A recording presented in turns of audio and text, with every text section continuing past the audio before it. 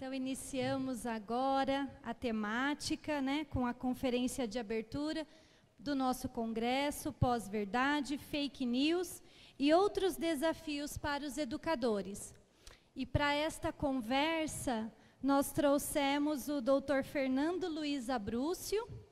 Ele é doutor em Ciência Política pela Universidade de São Paulo, professor da Faculdade Getúlio Vargas, ganhador do prêmio Moinho Santista de melhor jovem cientista político brasileiro, colunista do jornal Valor Econômico e da rádio CBN, pesquisador nas áreas de gestão e políticas públicas, com destaque para o tema da educação.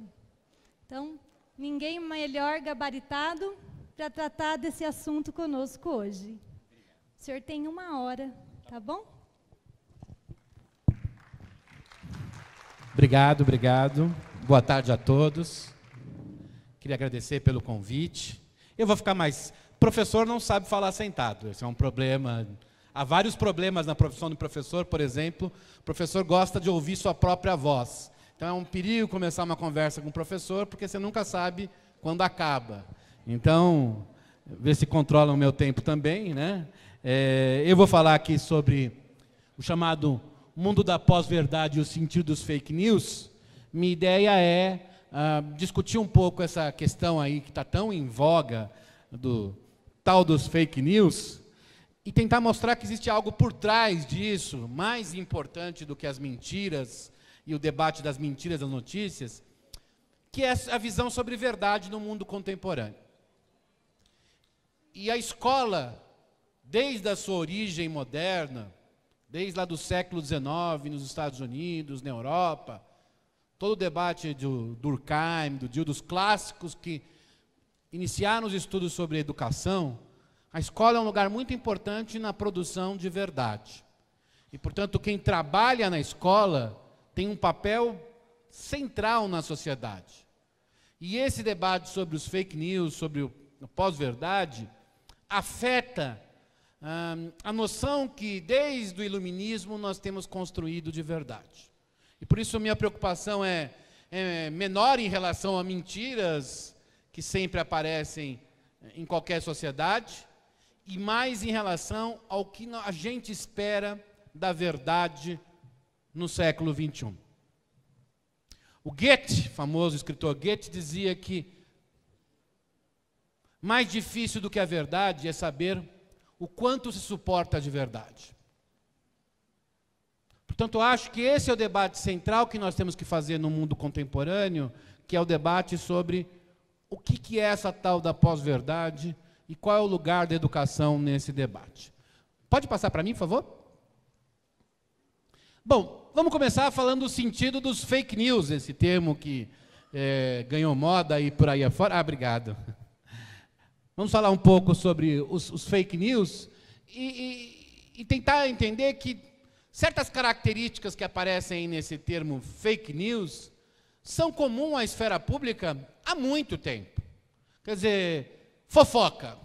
Quer dizer, a ideia de que o fake news é um conjunto de fofocas e quem, quando criança, nunca brincou de telefone sem fio? Que é um exemplo, na verdade, é quase um experimento social que mostra que, quando você coloca muita gente contando uma história, ao final ela não sairá do mesmo modo. As pessoas, quando eu estudei escola pública a vida inteira, quando eu estudei escola pública lá na década de 70, um dia a gente estava brincando de telefone sem fio e veio uma professora e falou assim, vamos fazer isso com a matéria da escola. E a gente viu que, na verdade, tinha o mesmo efeito daquela brincadeirinha que, no fundo, era fulano namora com cicrano, né? Um gosta de não sei quem, alguma coisa assim, tinha o mesmo efeito discutindo isso. Portanto, fofoca sempre existiu na humanidade e no espaço público é um lugar ótimo para fofoca. Minha família, dos dois lados, é de origem italiana, a família do meu pai, de origem italiana, quando veio para o Brasil, foi para o Bom Retiro, e eles moravam em cortiços. A coisa mais interessante no cortiço era a fofoca. No espaço público, as fofocas nasceram desde as origens da existência de algum tipo de entourage, como se diz em francês, de algum grupo que apoiava o governante. Maquiavel falava sobre isso. E fofocas havia de todos os lados. Por isso que Maquiavel dizia: quando não há mais nada a temer, tema a sua própria sombra, porque pior do que os inimigos são os amigos. Ele estava falando das fofocas palacianas, que qualquer filme ou qualquer obra de Shakespeare mostra. Quando nasce a imprensa, pouco a pouco a imprensa, e que tem um papel fundamental na sociedade contemporânea, também tem lugar de fofoca. Um dos lugares mais lidos em qualquer jornal do mundo é a coluna social. E que nos grandes jornais, nos bons jornais do mundo, no New York Times, no Le Monde ou na Folha de São Paulo, a pessoa responsável por aquilo hoje é geralmente um colunista político. Vejam que coisa interessante. Na Folha é a Mônica Bergamo, excelente jornalista. Então a história da fofoca existe há muito tempo. Isso está nos fake news? Está, mas nós vamos ver que isso é um pouco maior do que isso. A história de mentira sobre alguém ou sobre alguma coisa aconteceu em vários momentos da história humana. Já houve mentira sobre presidente brasileiro que teria escrito uma carta a qual, de fato, ele não escreveu. Não, antes, na década de 10, nós tivemos todo um debate entre os militares e um presidente, que havia uma suspeita de que ele tinha escrito uma carta, mas não escrevera a carta. Mentira pública ocorre recorrentemente na história. O presidente Roosevelt, o presidente Franklin Roosevelt, nos Estados Unidos, era paraplégico, tinha tido poliomielite. E raramente ele aparecia em público mostrando isso. E por vezes seus inimigos tentavam explorar isso. Então assim, a ideia da mentira pública sobre algo, alguma coisa, sempre vai existir. Entre os seres humanos. Já dizia o Kant, de maneira tão torta que foi feito o homem, nada tão reto será talhado. Ou seja, sempre haverá imperfeição. Não haverá sempre mentiras públicas. Se a gente pensar que, de alguma forma, o fake news é um conjunto de coisas que escondem a verdade. É verdade isso, também aparece. Como os fake news muitas vezes estão vinculados a visões conspiratórias da história. Os seres humanos adoram visões conspiratórias da história. Se vocês forem lá na internet e olharem coisas que têm muito sucesso na internet, tem a ver com, por exemplo, o 11 de setembro tem outra origem que nunca foi dada pelo presidente Bush. E aí vem histórias as mais maravilhosas do mundo. As mais maravilhosas. Na verdade, existem os marcianos e eles estão entre nós. Há páginas e páginas na internet sobre isso. Então, é sempre perigoso. E o Ariano Suassuna, que era um sujeito muito divertido, certa vez contou que a globalização era uma coisa horrível, porque a globalização dificultava essas pequenas mentiras e conspirações da vida humana. Porque ele tinha, desde cedo, um amigo que ele encontrava no bar, lá na cidade que ele nascera, não na cidade onde morava, e que ia sempre lá, e ele sempre contou a história por 30 anos que tinha um jacaré debaixo da cama dele. E todo mundo acreditava. Mas quando veio a globalização, disse Ariano Suassuna, ninguém mais acreditava. Só que acredita em marcianos. Não acredita que tem um jacaré embaixo da cama do sujeito, mas acredita em marcianos. Portanto, conspirações, mentiras, fofocas, sempre houve, e digo a vocês, sempre haverá. O que importa é como o sistema, como a esfera pública lida com isso. Como a democracia, como os jornais, como as instituições públicas, como a escola, como essas instituições lidam com isso. A ideia de que não haverá fofocas, mentiras, e que os seres humanos serão verdadeiros robôs, apenas com virtudes, e eu sempre sigo Montesquieu, que dizia que virtude demais também faz mal, assim, essa ideia não é realista sobre os seres humanos.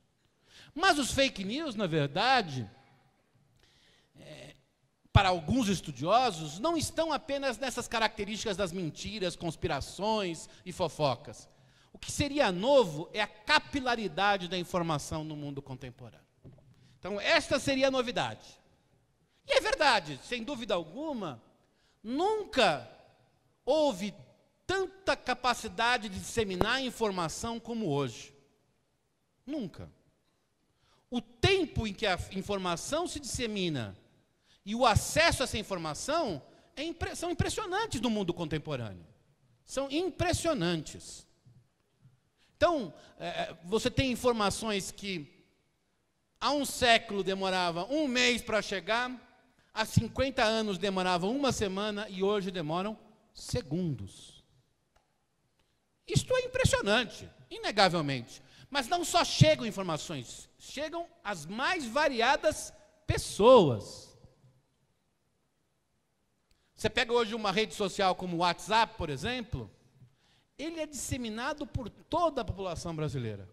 Brasil, que é um país muito interessante, que há mais celulares do que habitantes. Os presídios que o digam. Quer dizer, tem uma situação, portanto, em que o acesso à informação é muito grande.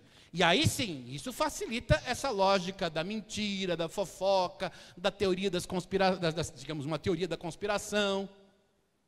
Mas será que o fake news é só isso?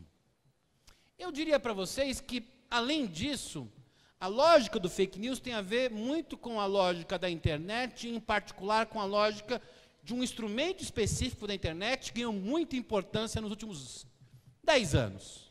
São as redes sociais. Porque as redes sociais foram construídas para que as pessoas buscassem identidade. Elas constroem suas páginas no Facebook, sua página no Instagram, como faziam no Orkut, nem ninguém mais lembra que isso existiu. Existiu, eu vi, eu posso dizer que existiu. Não é isso? Quando eu conto para meus alunos, eles dizem que isso que eu estou inventando história. Veja só, meus alunos, que é fake news meu. Essas redes sociais ganharam uma centralidade na vida contemporânea impressionante.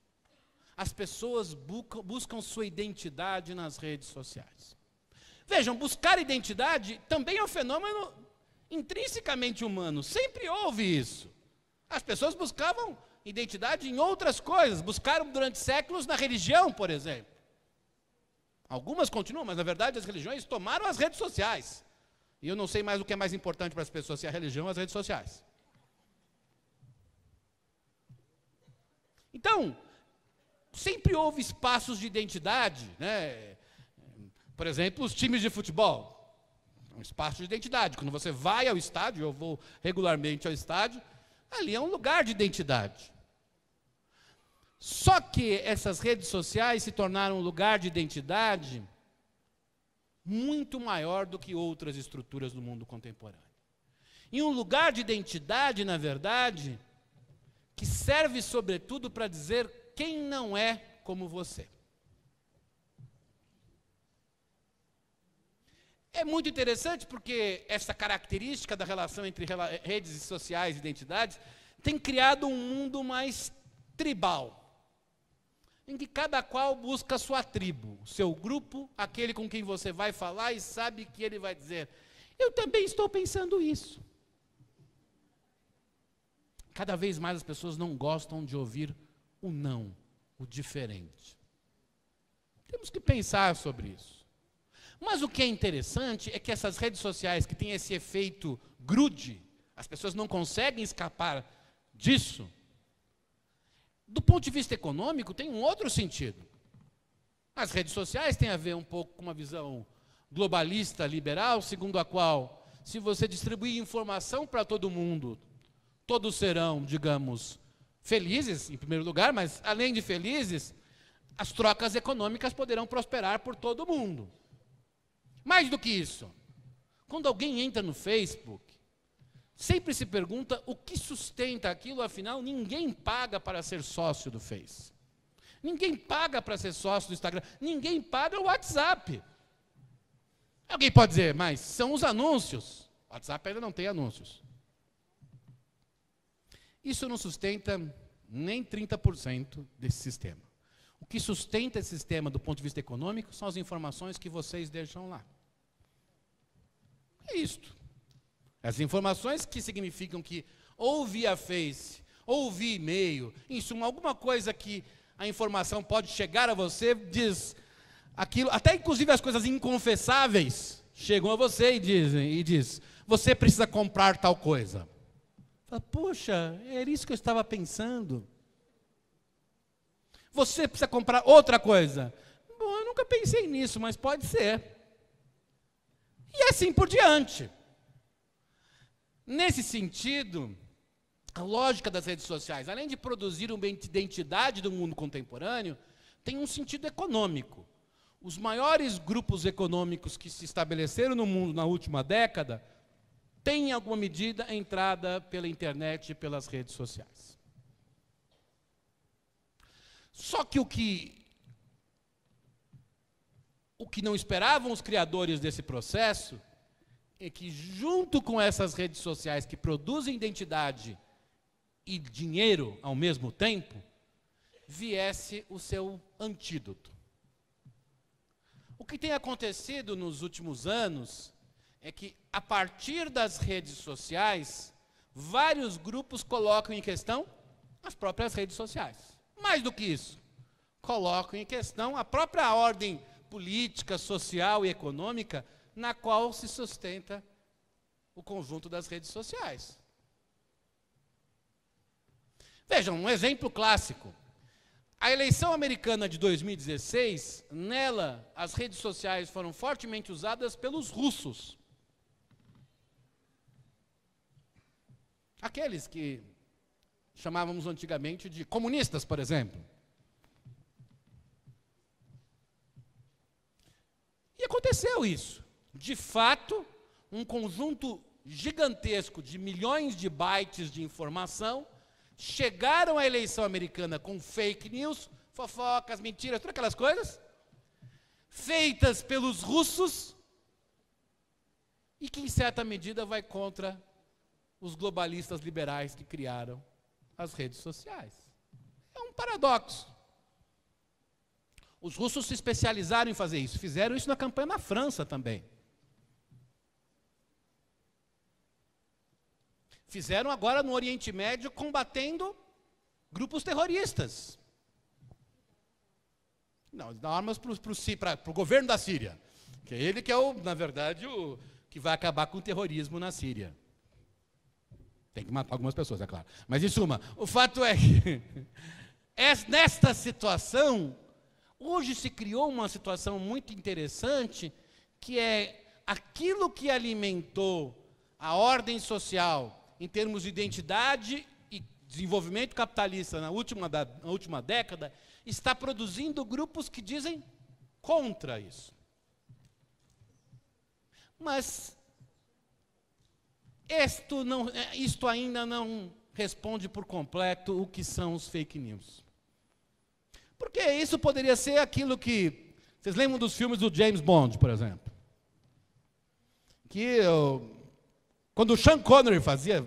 As pessoas não acreditam também quando eu digo que o Sean Connery foi James Bond, mas ele foi James Bond.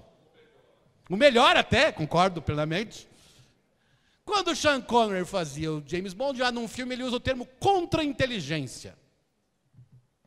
Agentes secretos, desde Mata Hari, aliás, antes de Mata Hari, sempre existiram quando os Estados-nações disputam poder entre si, não é isto?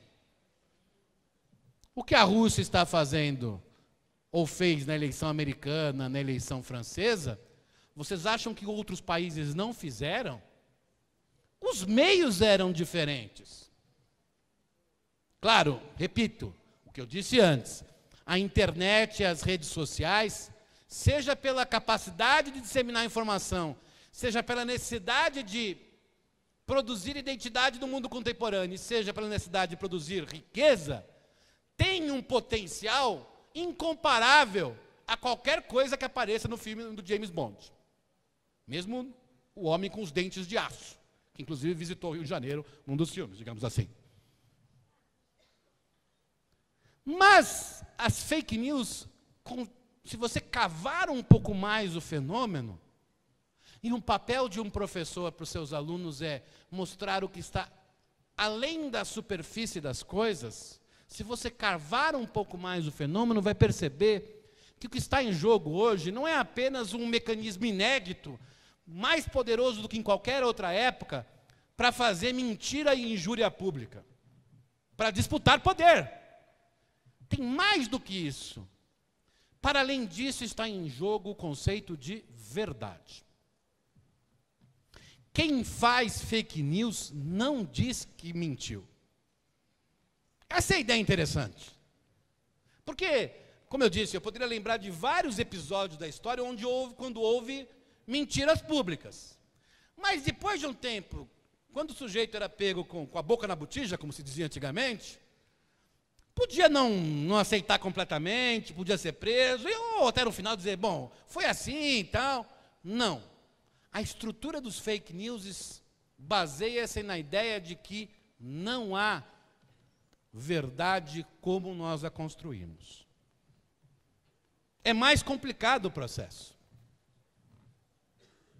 Recentemente, um grupo de fake news nos Estados Unidos, depois chegou ao Brasil, começou a mostrar que o nazismo era um fenômeno de esquerda, comunista até. Quem respondeu? O governo alemão, que ficou indignado. Aliás, é a segunda vez que o governo alemão responde a conflitos recentes sobre o nazismo.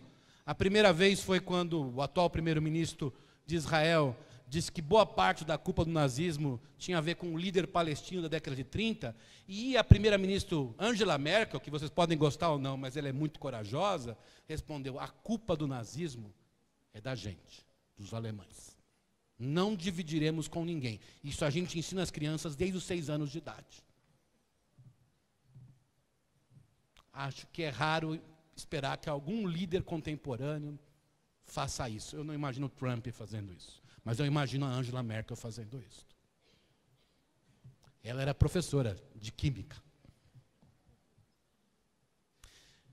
O que aconteceu mais recentemente nessa história que eu contei do nazismo é que o governo alemão, os ministérios das relações exteriores alemães, chamou alguns historiadores e fizeram um documento público dizendo: o nazismo não é igual ao comunismo, não é de esquerda.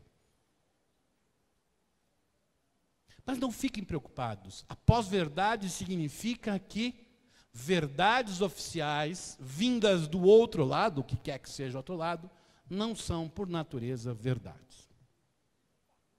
É por isso que cresce na Alemanha o revisionismo histórico sobre o nazismo.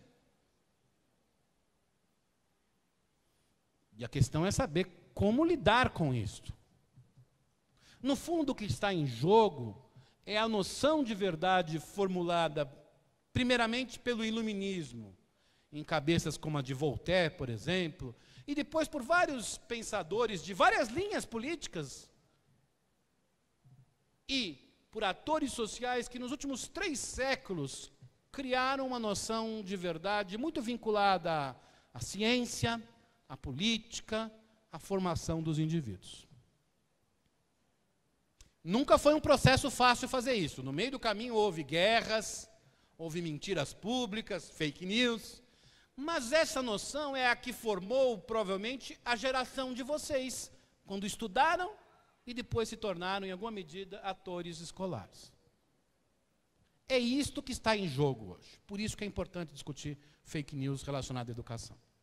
Porque a pós-verdade é um conceito, para quem é bom professor aí, digamos, deve lembrar da matemática, a teoria dos conjuntos, fake news é subconjunto, o conjunto maior é pós-verdade. Esse é o tema que nós devemos nos preocupar. Fake news, repito, é um subconjunto que, em suma, obviamente é preciso se preocupar, ter cuidado, aparecem mentiras todos os dias. Outro dia eu vi o Alckmin com a sua 3ª esposa, achei muito interessante. Eu imaginei o Alckmin, não consegui imaginar. Eu não consegui imaginar. Eu até tentei, mas eu falei assim, acho que com o Alckmin não combina isso. Mas espalhando pela internet. Então, é divertido isso. Mas estes fake news, para serem combatidos, nós temos que dialogar primeiro com a noção de pós-verdade. O que é a noção de pós-verdade? Na verdade, ela se estabelece, no fundo, vai contra várias ideias que se estabeleceram nos últimos séculos. Primeiro, ela é contra a ciência e o saber científico. Boa parte da discussão da pós-verdade, por exemplo, é para mostrar que não existem mudanças climáticas no mundo. A Science e a Nature, que são as duas revistas mais importantes na área científica do mundo, têm feito números e números mostrando que existe. Mas o que eles dizem? Eles estão mancomunados com alguém. Eles têm algum interesse nesse sentido.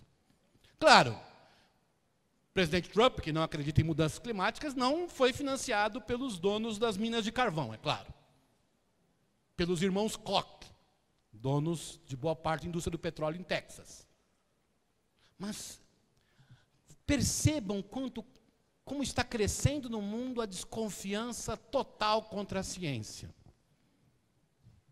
Vou dar um exemplo para vocês. Em vários países do mundo se reduziu a cobertura vacinal.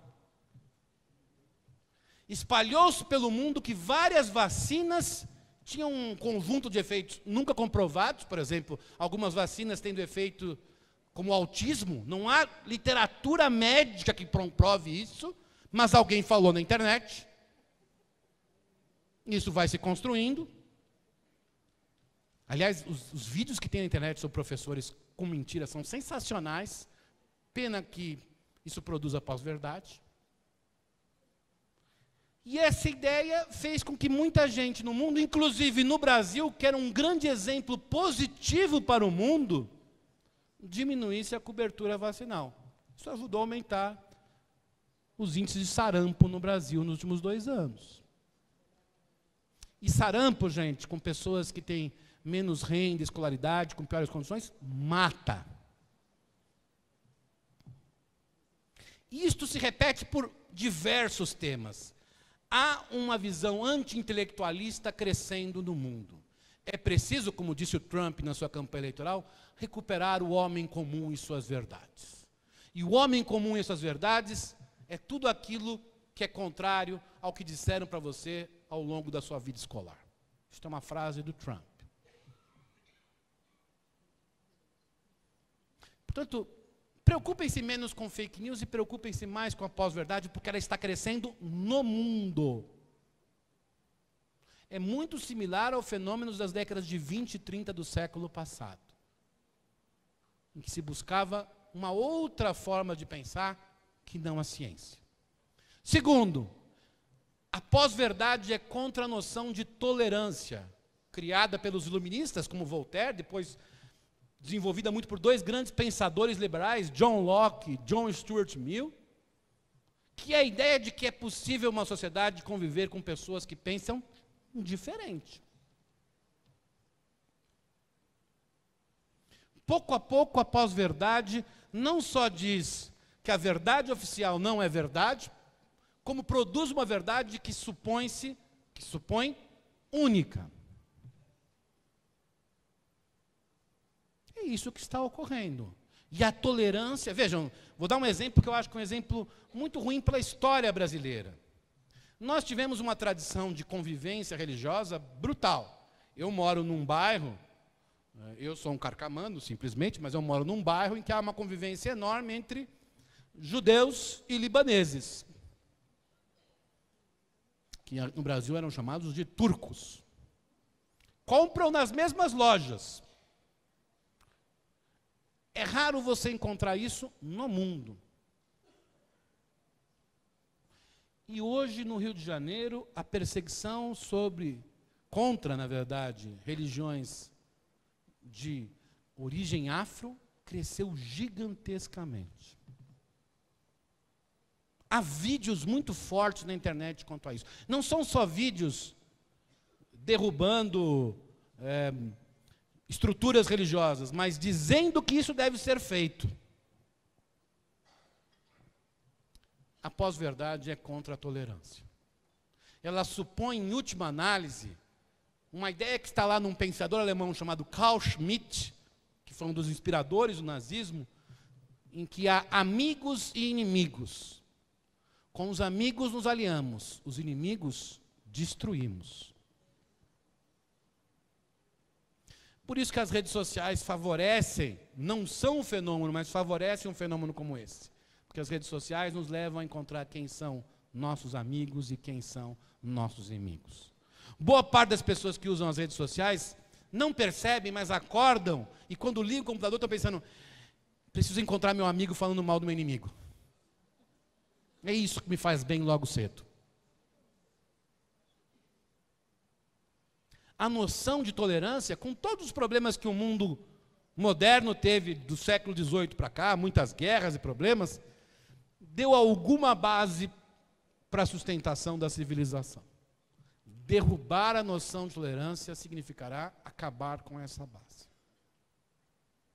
Claro, o fim da tolerância envolve questões as mais variadas. No Brasil tem se discutido muito essa coisa de ideologia de gênero, etc. Isso é pouco, é muito maior do que isso.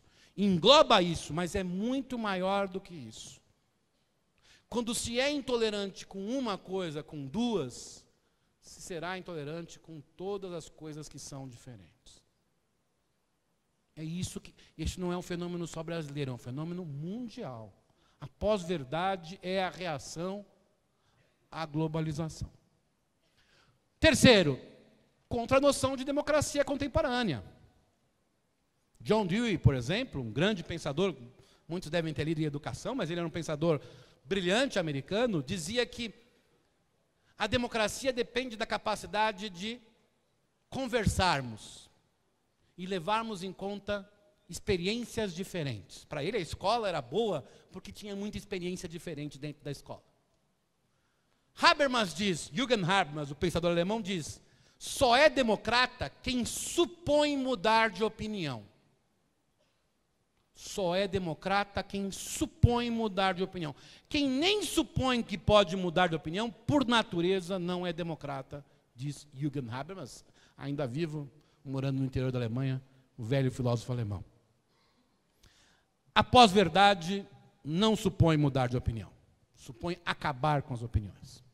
A pós-verdade não acha interessante haver experiências diferentes de vida, é preciso ter a experiência de vida.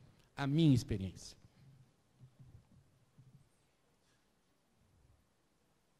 É para isso que estamos caminhando em boa parte do debate no mundo. Os fake news são um pouco perto disso. Outra característica é desconfiar no fundo, de todo o saber que é construído fora da vida privada. O grande núcleo da vida contemporânea, dizem os autores da pós-verdade, é a família. Todo o resto é ruim e complicado. E, portanto, desconfiam de todas as organizações públicas, incluindo, por exemplo, vamos sortear uma, sei lá, escola. Sorteei uma aleatoriamente, não sei porquê, nesse ambiente.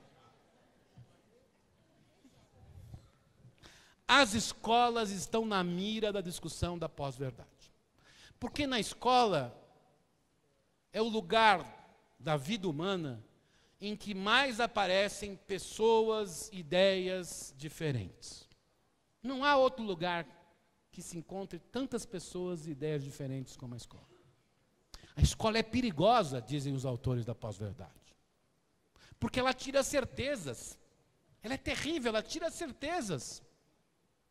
E nós precisamos substituir a noção de verdade iluminista, que é sempre uma noção do debate, da conversa, do aprendizado, por uma noção de uma verdade fixa.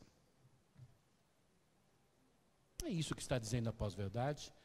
E eu sinto dizer para vocês que as fake news, que vocês todos estão preocupados com a eleição, vão continuar existindo por conta da pós-verdade.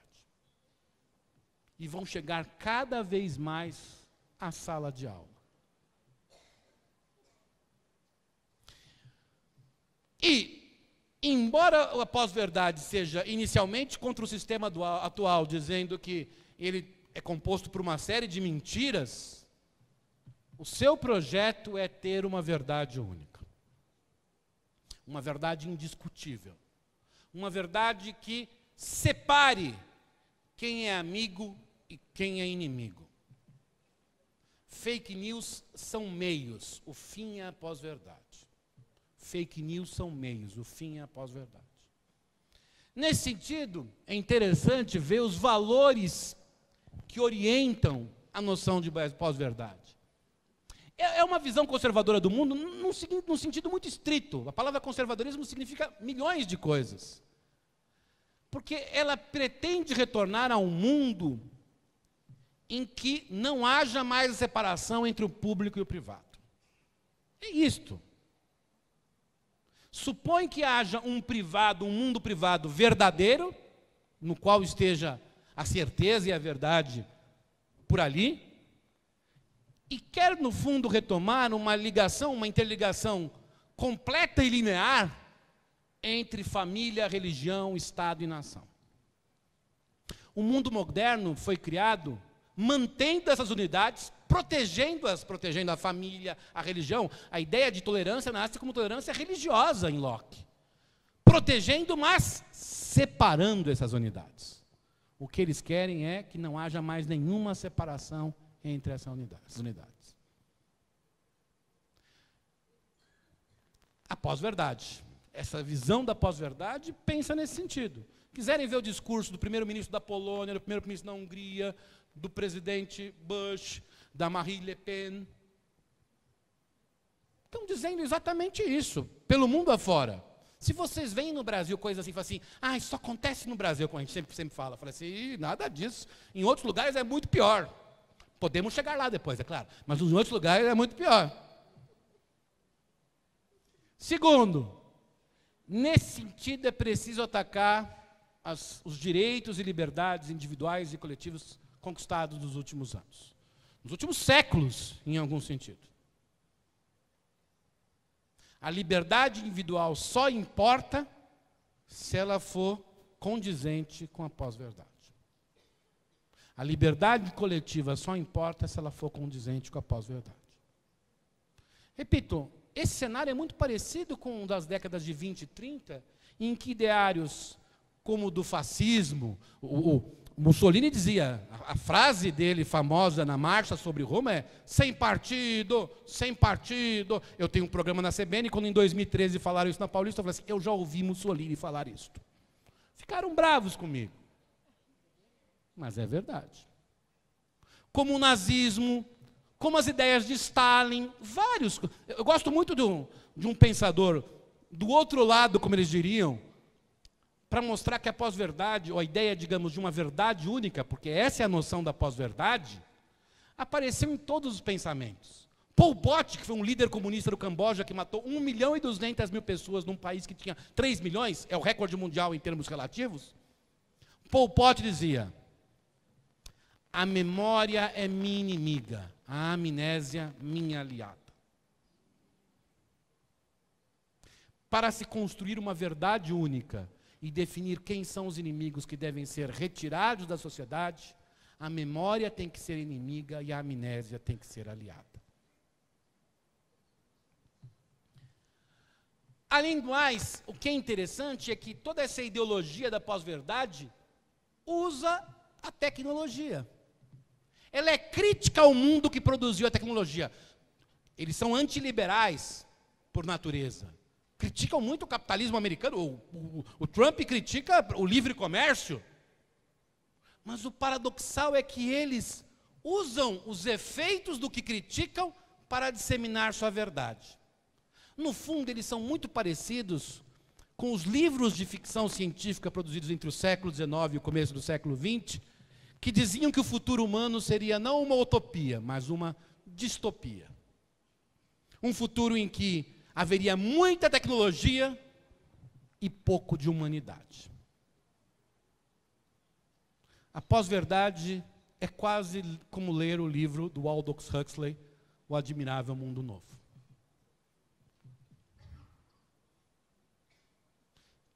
Que tem como base para se construir, leiam lá o Huxley, fake news. Como no livro do George Orwell sobre o Big Brother, o grande irmão, é baseado também em fake news. Mas o sentido maior do Big Brother ou do mundo do Aldous Huxley é a pós-verdade. A pós-verdade pode ser um pouco, como alguns outros filmes que mostram uma distopia no futuro, em que você corta todas as possibilidades de verdade em nome de uma verdade única, como Blade Runner. Talvez os autores de ficção científica sejam melhores do que os sociólogos e historiadores. Provocação. mas é para se pensar. Além disso, há uma noção de uma esfera pública autoritária, centrada em lideranças personalistas. O pós-verdade acredita em líderes que, como pessoa, representem uma realidade. Precisa ter uma liderança personalista. O Putin insiste muito nisso na Rússia. E é fundamental enfraquecer as organizações públicas que são baseadas no pluralismo.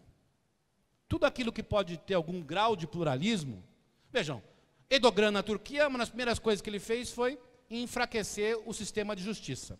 O mesmo sistema de justiça que apoiou Erdogan contra a corrupção, ele ganhou a eleição e depois ele acabou com o sistema de justiça.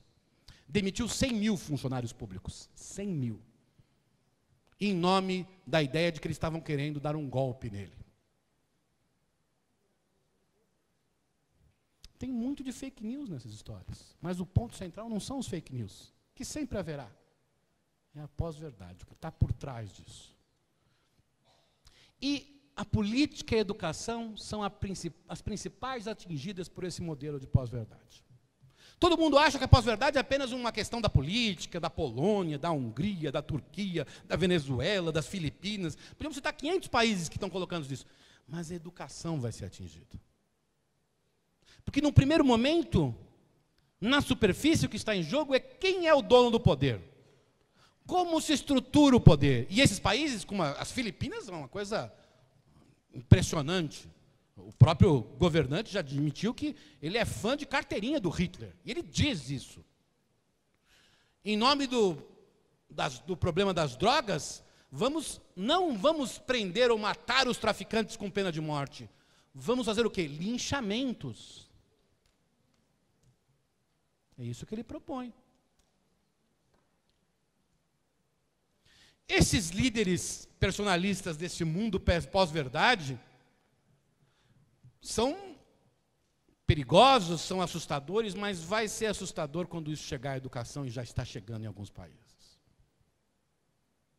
Porque é a ideia de que o professor deve ser subordinado a esta verdade única.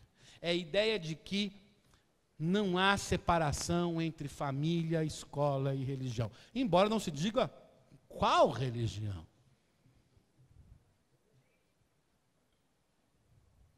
É a ideia ou a ideia segundo a qual a escola deve ser um lugar que não pode dizer coisas diferentes daquilo que as famílias acreditam. Como se matematicamente isso fosse possível. Porque as famílias são muito diferentes. Claro, o velho Tolstói dizia sempre que, como mostram os comerciais de margarina, na felicidade as famílias são muito parecidas. Elas são diferentes mesmo, mas na infelicidade. Dá para cantar "Oh, happy day" quando é feliz, mas quando é infeliz, cada família é única.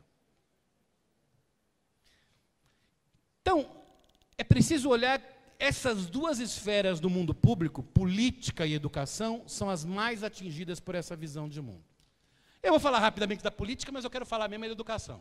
Mas antes de falar da política, eu queria falar um pouco por que está surgindo isso. Eu sou um cientista, um pesquisador. Alguém talvez que daqui a algumas décadas esteja em extinção ou esteja a serviço de algum androide ou de um replicante do Blade Runner. Sei. Mas como eu ainda continuo cientista, eu preciso saber o porquê das coisas para entendê-las. Primeiro, parte do crescimento dessa noção de pós-verdade tem a ver com problemas da globalização. O mundo está mais desigual. O mundo teve um avanço tecnológico impressionante, como em poucos momentos da história humana.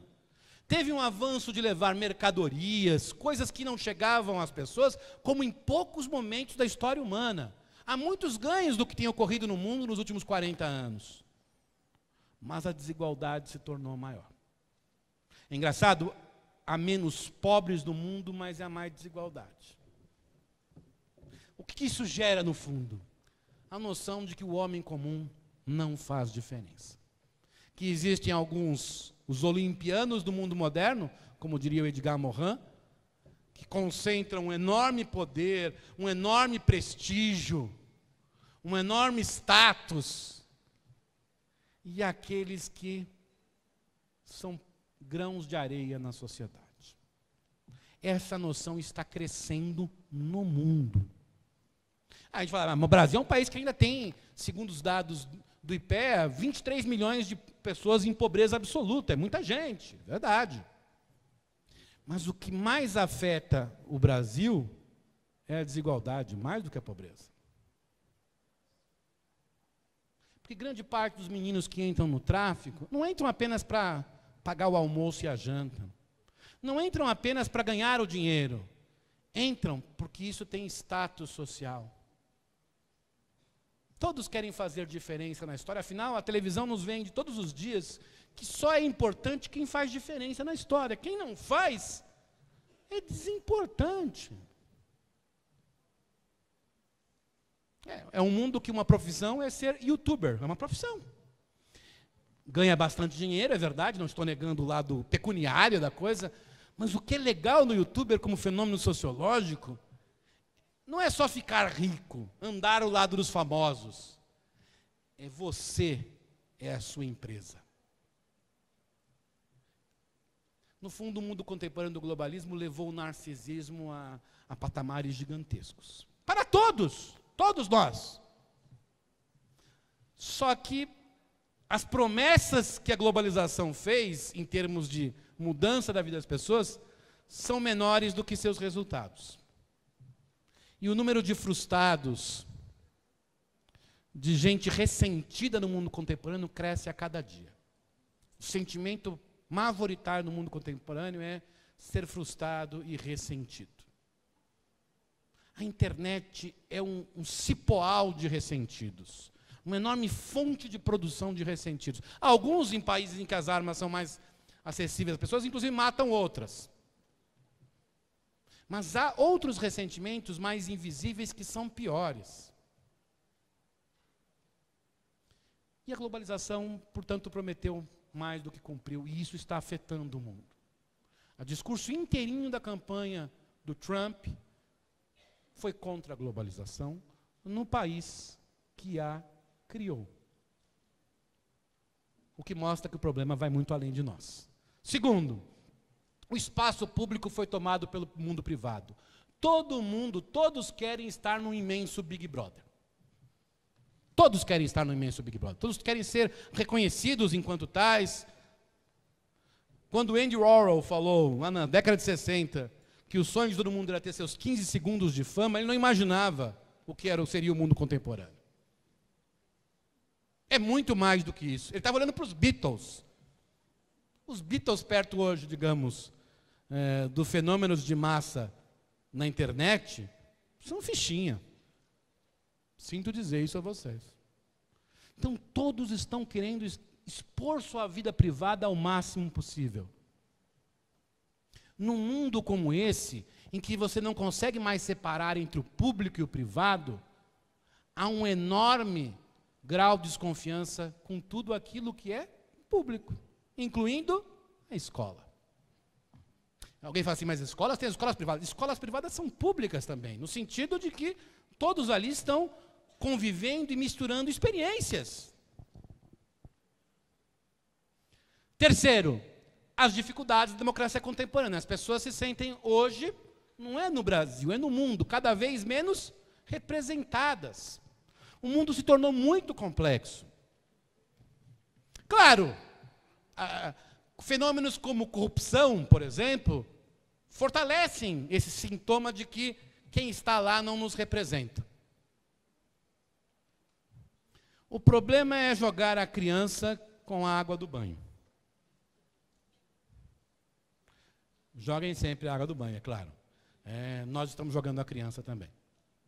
Isto é, nós não estamos entendendo que contra as dificuldades e os dilemas da democracia contemporânea, nós estamos semeando algo que é antidemocrático, que fechará as portas da democracia.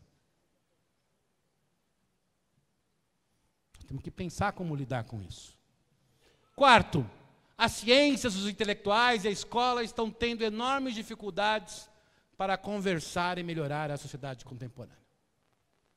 Cada vez mais, a ciência tem dificuldade de falar sobre os seus conhecimentos numa sociedade em que milhões de pessoas acreditam e o Congresso Nacional apoia uma pílula contra o câncer, cujo efeito era o chamado efeito placebo. Isto é, as pessoas melhoravam não pela pílula, mas porque ganhavam confiança. O Brasil aprovou um projeto na Câmara, procurem lá quem fez, quem produziu, sobre uma pílula que não tem nenhum efeito científico comprovado. Qual seria o dia seguinte disso? O Estado teria que pagar isso para as pessoas. Gastar bilhões de reais dando um placebo.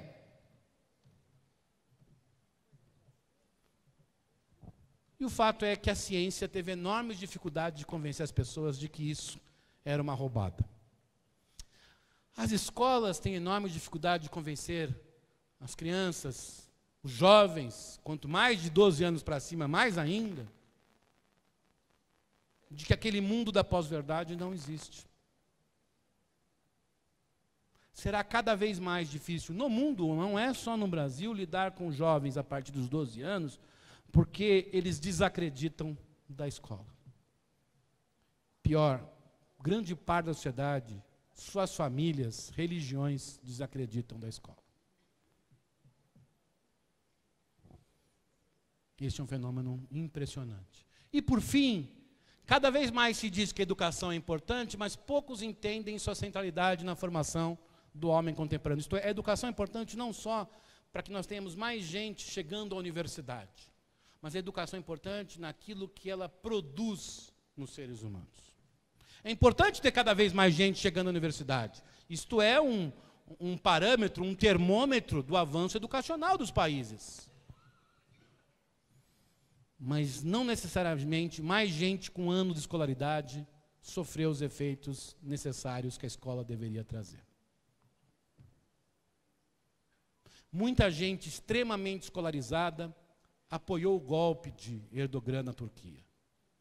Apoia o governo na Hungria, que agora tomou uma sanção da União Europeia, como o governo da Polônia, que acabou praticamente com o seu Supremo Tribunal Federal. E tem gente já propondo, inclusive, isso até no Brasil.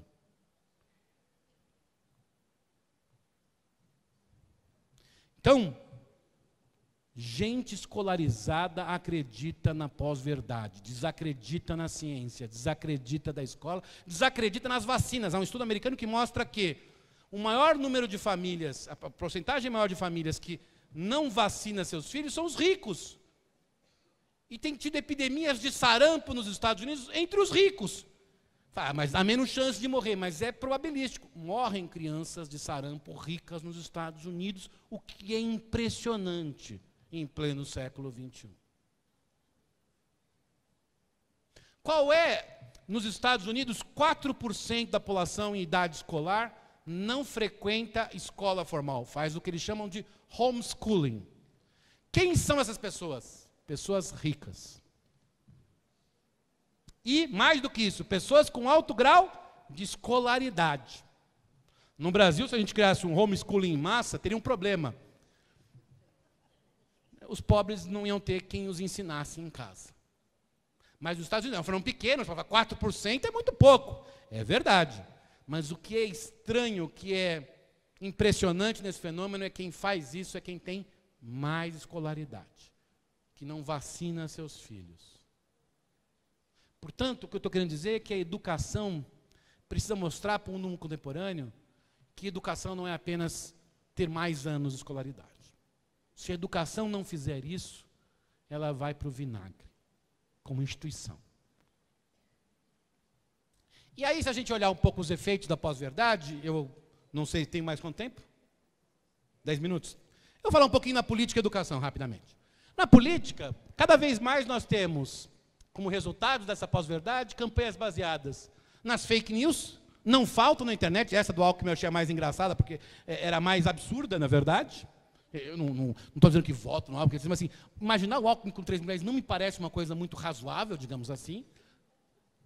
Era mais fácil imaginá-lo como um padre do que com 3 mulheres, mas mostra a que nível chegam as fake news. Cada vez mais as campanhas usam violência e violência física. Isto cresce no mundo. Pessoas que ameaçam na internet as outras. Se você não pensar de tal modo, eu vou amaciar suas famílias.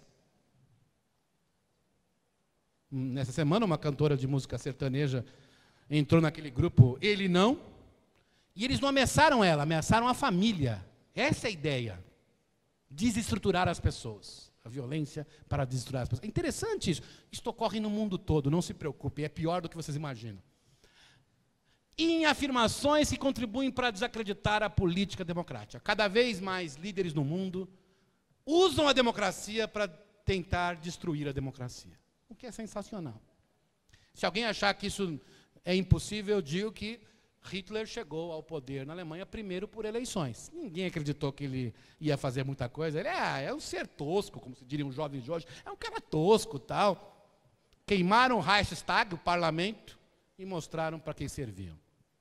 Eu sou vizinho do seu Júlio, que tem 94 anos, e que passou por 5 campos de concentração. Tem até um filme dele no Netflix, chama Eu Sobrevivi. E aos 94 anos ele é melhor do que todos nós em termos físicos. Ele joga 3 vezes por semana tênis, é uma coisa impressionante.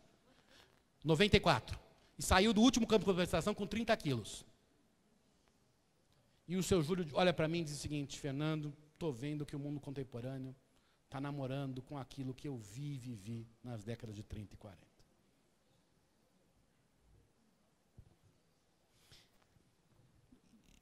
E é isso que nós estamos fazendo mesmo.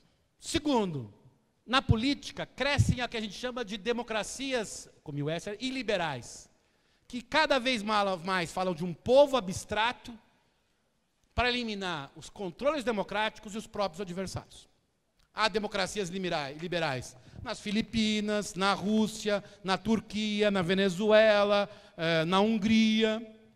Todos esses governantes chegaram pelo voto popular. Isso que é interessante. Eles não deram o famoso golpe militar histórico. Não, eles chegaram pelo voto popular.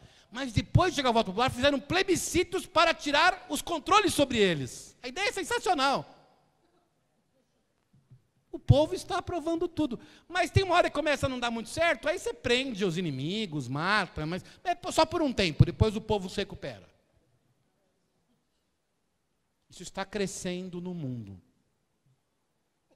Nós temos indicadores de democracia que mostram que do pós-Segunda Guerra Mundial para cá, mostram a sua evolução. E nós estamos hoje numa reta para baixo. No mundo todo. O enfraquecimento de instituições públicas pluralistas, como a escola, e busca de um modelo que interligue diretamente família, religião e escola. Isso já está na política também. No Brasil isso está. Aumento da discórdia e da violência social, cujo resultado é a adoção de uma sociedade monista, isto é, com uma única visão de mundo, e autoritária. Ora, o que tem a dizer isso? Como é que a gente pode pensar isso do ponto de vista da educação? Da política a gente fica triste, chateado, etc. Talvez até não consiga encontrar soluções imediatas. Mas do ponto de vista da educação, a questão é mais profunda. Porque a pós-verdade pode ser apenas um fenômeno passageiro. Que os Trumps da vida, Maduros, sei lá, outros, Erdogan, sejam passageiros. E venha depois uma nova onda mais democrática que diga, olha, nunca mais repita aquilo. Ou pode ser uma coisa parecida com o que ocorreu na década de 30, onde se espalhou o autoritarismo no mundo, foram milhões de pessoas mortas, 6 milhões de judeus mortos, não em guerra, mas cientificamente mortos. Podemos entrar numa onda como essa. Porque não basta apenas combater a pós-verdade na política, é preciso combater na onde ela nasce, nos valores. Quando acabou a Segunda Guerra Mundial, um grande pensador alemão chamado Theodor Adorno escreveu um livro chamado, um artigo, chamado A Educação Pós-Auschwitz. Ele até dizia, será possível fazer poesia depois de Auschwitz? Parece algo inimaginável, porque se o ser humano foi capaz daquilo, será possível produzir poesia que não seja hipocrisia? E o Adorno escreve o texto e mostra qual é a solução fundamental para evitar que se volte a termos fenômenos como o nazismo. É a educação, diz ele. Desde a primeira infância. Educação não só para produzir conhecimento para o trabalho, mas produzir uma sociedade nova. E aí eu sempre lembro, quando falo sobre isso, eu tenho um texto sobre isso, que educação, se você olha a literatura internacional sobre educação, tem 4 objetivos. O primeiro objetivo da educação é socialização e desenvolvimento dos indivíduos no ambiente social. Os clássicos, John Dewey, Durkheim, Piaget, mostraram claramente que, quando foram criadas as instituições escolares, havia educação antes da escola, mas a escola mudou a educação. Quando foram criadas as instituições escolares, um dos principais papéis era como formar os indivíduos para lidar com a vida adulta, para ter valores e lidar com o outro, com o diferente.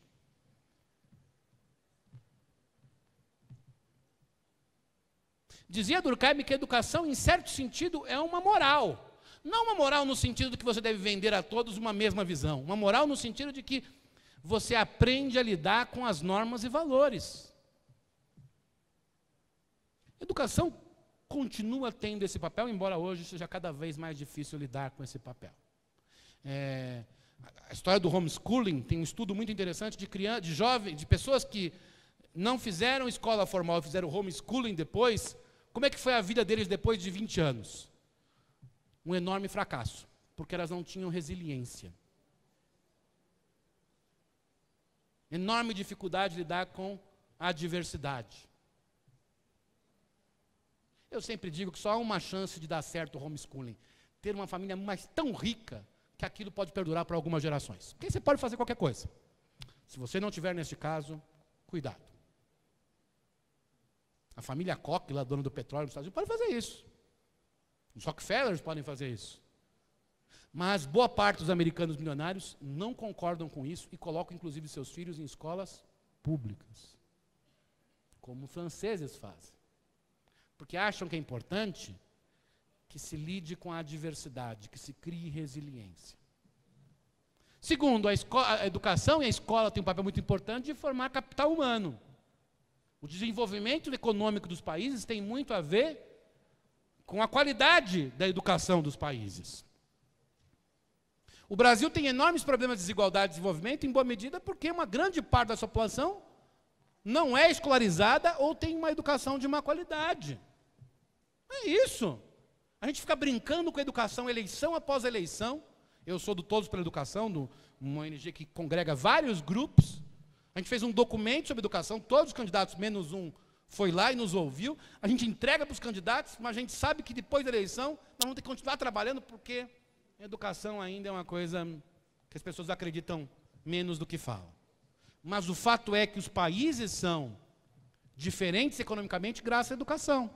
Terceiro, educação serve para formar cidadãos. Nossos alunos vão ser cidadãos, não vão ser apenas médicos, advogados e engenheiros. Nunca se esqueçam disso. E mais, educação serve para que todos possam desenvolver suas potencialidades. Educação serve para equidade. A coisa que pode produzir mais igualdade em qualquer sociedade é a educação.